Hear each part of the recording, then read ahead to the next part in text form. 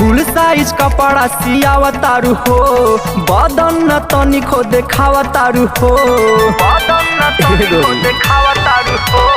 बनेलु ढेर संस्कारी गोरिया, कहलो पे मुँह बिचकावा तारू हो।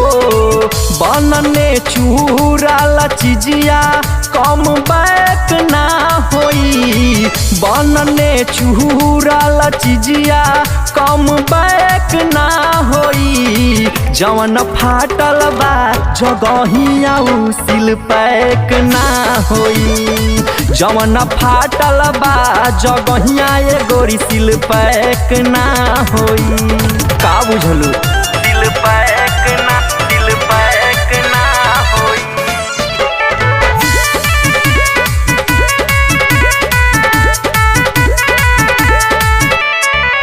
रह जानी घर में मैडम बंद करी दरवाजा, चढ़ला जवानिया के लेला तनी माजा, लेला तनी माजा। रह जानी घर में मैडम बंद करी दरवाजा, चढ़ला जवानिया के लेला तनी माजा। केतनो धरबू चोरा के तब बैंक ना होई, केतनो रखबू चोरा के तब बैंक ना होई। जवन फाटल बा जगहिया उ सिल पैक ना होई, जवन फाटल बा जगहिया ये गोरी सिल पैक ना होई। सिल पैक ना, सिल पैक ना होई।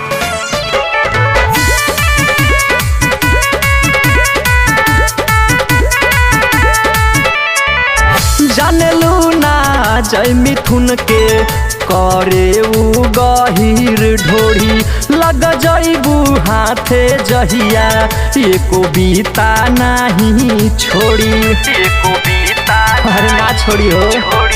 जानलू ना जय मिथुन के करेला गहीर ढोरी, लग जइबू हाथे जहिया एको बीता नहीं छोड़ी।